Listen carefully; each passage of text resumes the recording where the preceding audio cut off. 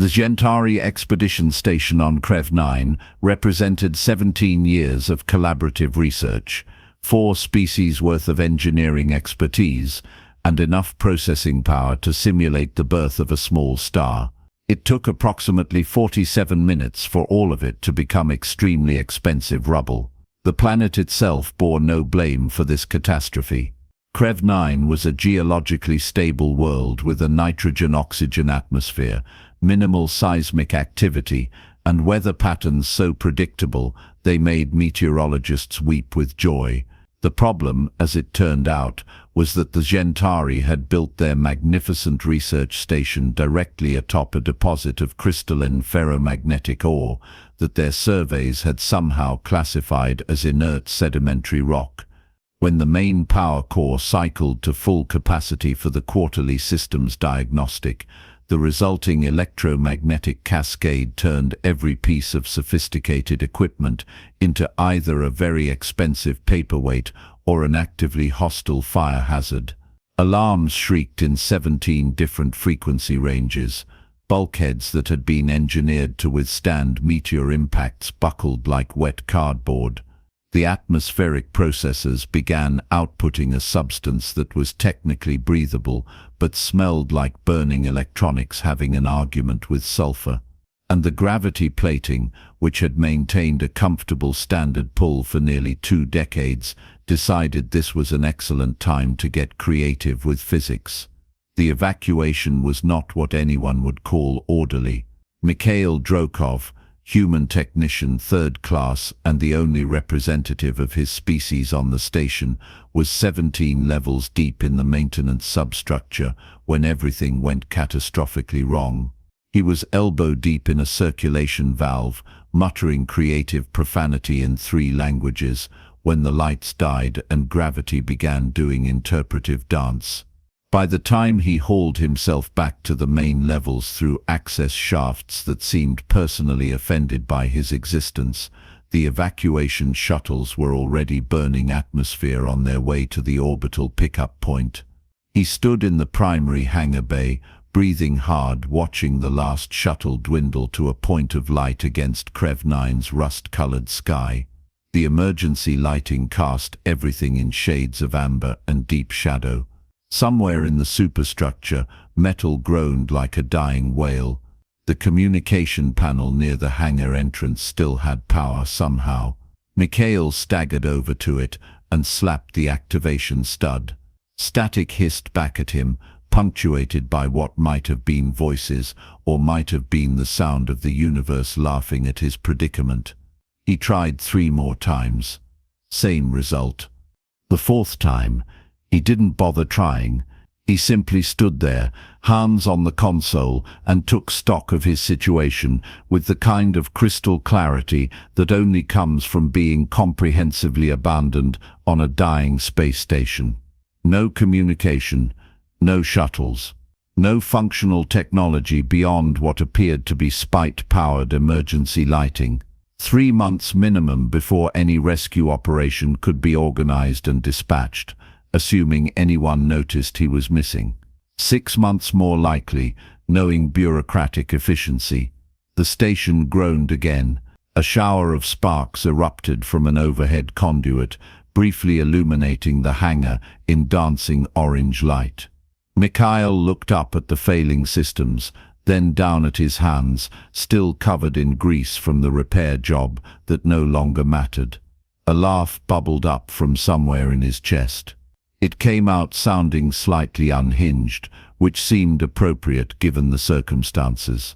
He had 3 options: sit down and wait to die, panic and make stupid decisions that would kill him faster, or get monumentally stubborn about continuing to exist. The first night was devoted to assessment, which was a polite way of saying Mikhail walked through the ruins and catalogued exactly how doomed he was. The habitation modules were a loss. The Gentari designed their living spaces for a species that breathed a higher oxygen mix and preferred ambient temperatures that would give humans heat stroke. The environmental controls were dead, which meant the modules were already heating to levels that made spending time inside them inadvisable unless he wanted to see how long he could bake before technically qualifying as dinner.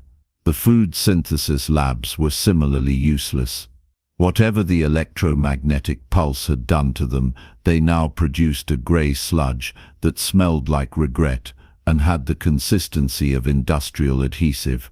Mikhail tested a small amount on a metal plate and watched it eat through the coating. He made a mental note to avoid ingesting anything that doubled as a corrosive agent. The medical bay had retained some functionality, which was the first piece of good news he had encountered. The basic diagnostic equipment still worked, and the pharmaceutical synthesizers could apparently produce antibiotics and pain medication without also producing materials suitable for dissolving starship hulls. Small victories. Water was less of a problem than anticipated.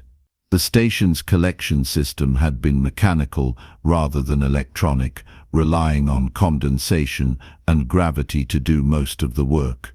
The storage tanks were intact, and the filtration system still functioned after Mikhail spent 3 hours manually cranking the backup pumps and remembering why humans had invented automation in the first place.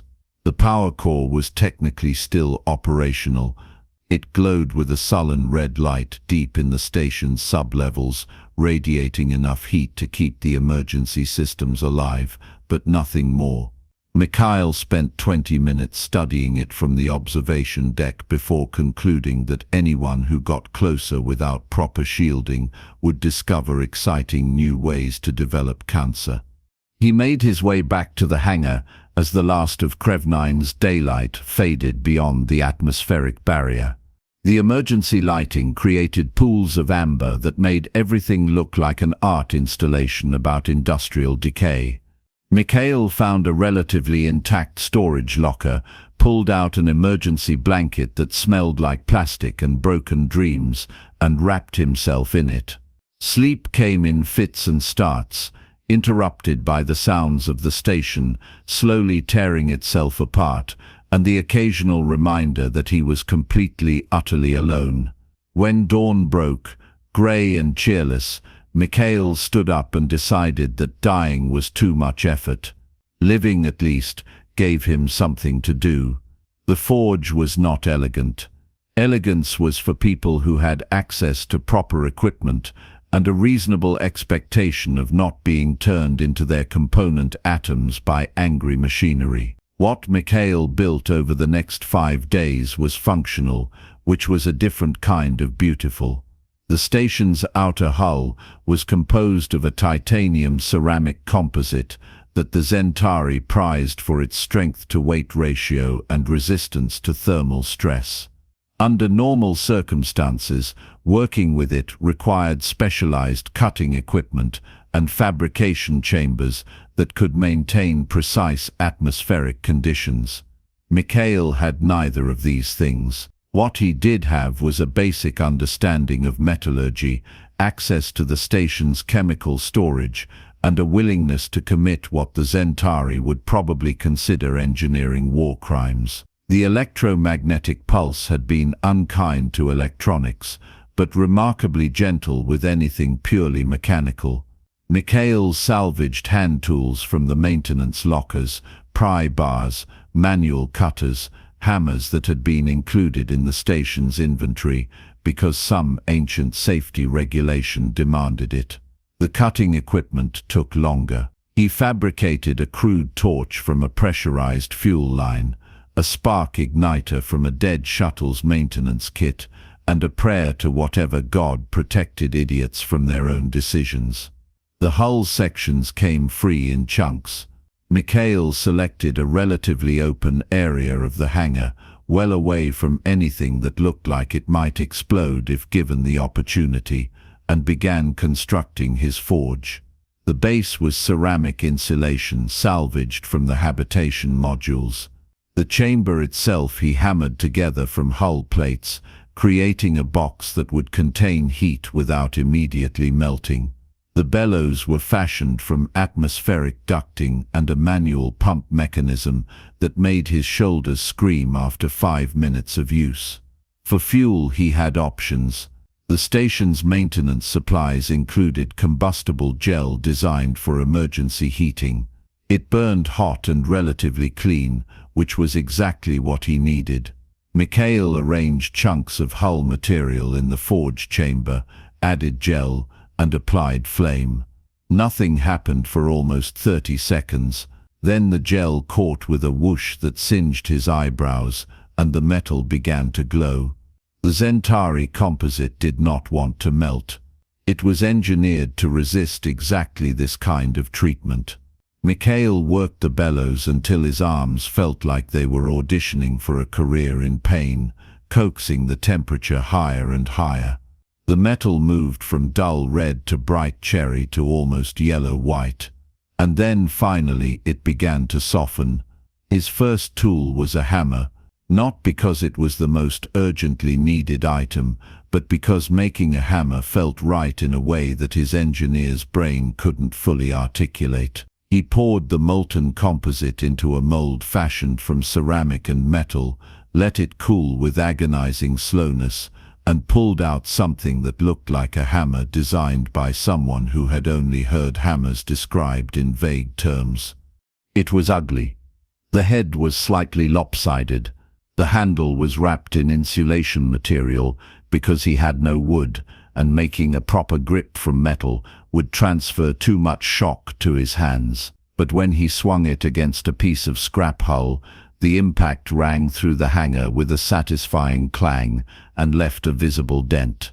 Mikhail looked at his creation, this primitive tool made from the corpse of advanced technology, and laughed until his sides hurt. Over the next week, more tools emerged from the forge: a blade for cutting and prying, a chisel, a set of crude tongs.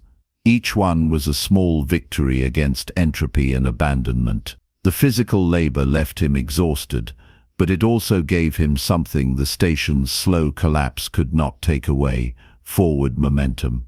The shelter came together through a combination of necessity and spite. The Centauri habitation modules were not merely uncomfortable for human occupancy. They were actively hostile. The temperature inside had climbed to 43 degrees Celsius, and that was during Krev 9's mild autumn season.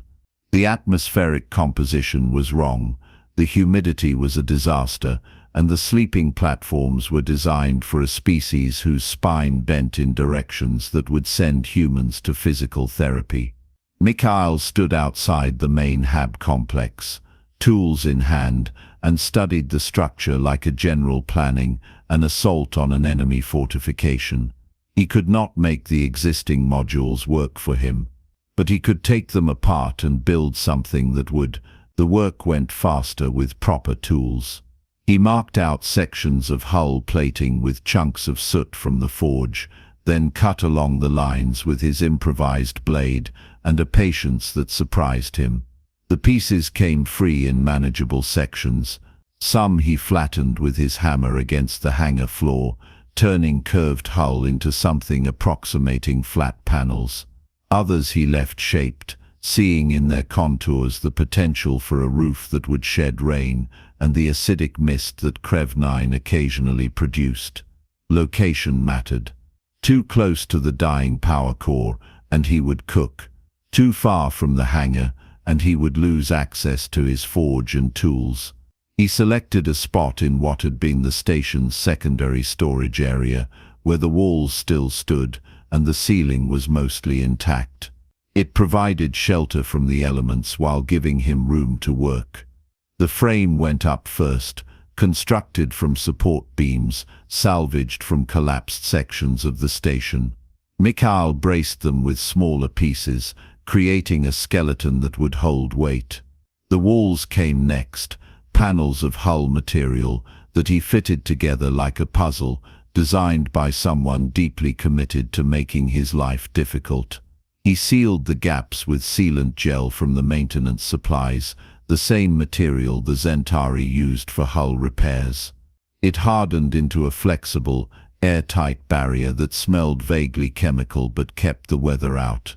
The roof was his proudest achievement. He angled the panels to create runoff channels, directing water toward a collection barrel he had positioned nearby. The design was not pretty, but when the first rain came and water streamed into his barrel without a single leak inside the shelter, Mikhail felt a satisfaction that no amount of working with sophisticated technology had ever provided. Inside, he built a raised sleeping platform for more hull sections and insulation. The station's emergency blankets became bedding. A salvaged light unit, still clinging to life through some miracle of robust engineering, provided illumination. He even fashioned a crude door from a single panel on hinges, made from scavenged mechanical components. The entire structure looked like exactly what it was, a crude shelter assembled from the corpse of something greater. But it was warm in the cold, cool in the heat, dry in the rain, and entirely completely his. The Zentari had built their magnificent station according to specifications and regulations, and the accumulated wisdom of a spacefaring civilization. Mikhail had built his shelter according to the principle of making do with what was available, and it worked. He stood outside as evening fell, studying his handiwork, and felt the knot of panic that had lived in his chest since the evacuation finally began to loosen.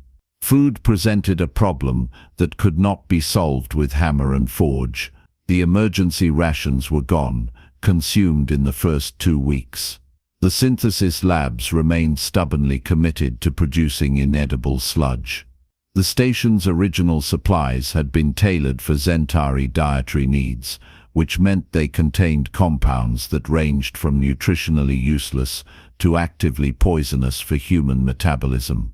Mikhail sat outside his shelter on the 43rd day and contemplated the very real possibility of starving to death, surrounded by ruins and self-made tools. The irony was almost poetic. He had solved the problems of shelter and basic fabrication through human ingenuity and stubbornness. But he could not eat metal, and drinking water would only sustain him for so long. The native wildlife had been avoiding the station since the disaster. HFY-9 supported a modest ecosystem of creatures adapted to its rocky terrain and sparse vegetation. The research station had catalogued them extensively, noting that several species were edible by most carbon-based life forms. But the electromagnetic pulse and subsequent chaos had driven them away, leaving only empty rocks and the wind. Mikhail took to walking the perimeter each evening, watching for movement. He saw nothing but landscape and his own desperate hope. Then, on the 47th day, tracks appeared in the ash field. The power core had created a wasteland. When the electromagnetic cascade had torn through the station, excess energy had vented through the emergency systems and ignited a patch of HFY-9's dry scrubland. The fire had burned for 3 days before running out of fuel, leaving behind a field of fine grey ash that stretched for almost half a kilometer. Mikhail had avoided it, seeing nothing but desolation. The tracks told a different story. Something with 6 legs and splayed toes had walked through the ash, leaving impressions that spoke of significant weight. He followed the trail with his heart hammering against his ribs. It led to the edge of the ruins, where scattered equipment created shadows and hiding places. The creature was there, nosing through debris with the focused attention of something searching for food. It stood roughly a meter tall, covered in scales that shifted between grey and brown, with a broad head and a tail that ended in a club of bone. The research database had classified them as crevite, herbivorous, social, and allegedly skittish around loud noises or sudden movements. Mikhail froze, barely breathing. His mind raced through possibilities. He had no weapons designed for hunting. His tools were made for fabrication, not killing. But he had metal, and he had knowledge, and he had the desperate motivation of someone who had not eaten protein in far too long. The trap took 2 days to build. He fashioned it from scrap metal and springs salvaged from equipment housings, creating a mechanism that would close when triggered. The design was ancient, something humans had used for thousands of years before spaceflight, and electromagnetic pulses became relevant concerns. He baited it with vegetation from the edge of the ash field and positioned it near where he had first seen the tracks. On the 3rd day, the trap was sprung. The crevette inside thrashed and made sounds of distress that made Mikhail's conscience ache. He dispatched it quickly with his blade, murmuring an apology that the creature could not understand and probably would not care about if it could. The butchering was messy work. The cooking was poetry. The ash field became his kitchen. The fine grey ash, compressed and shaped into a pit, retained heat with remarkable efficiency. Mikhail lined the pit with stones, built a fire with combustible gel and scavenged wood from the station's hydroponics bay, and let the heat build until the stones glowed. The crevette meat he had cut into strips, each one carefully inspected for anything that looked biologically concerning. He had no way to test for toxicity beyond the basic information in the research database and his own willingness to gamble with his digestive system. The first piece he cooked thoroughly, let cool, and tasted with the caution of someone preparing for potentially fatal food poisoning. It tasted like survival, slightly gamey, tougher than beef, but fundamentally edible and blessedly free of compounds that immediately tried to kill him. Mikhail ate slowly, waiting for symptoms that never came. When an hour had passed and he felt nothing but satisfied hunger, he cooked the rest. Over the following weeks, he refined his technique. The chemical storage provided salt and compounds that, when used carefully, approximated seasoning. He learned which parts of the crevette were tender and which required long cooking. He experimented with cooking methods, roasting directly in the coals, using salvaged metal as a griddle, even attempting a crude smoker that filled his shelter with fumes, but produced meat that lasted days without spoiling. The ash pit became the center of his small existence.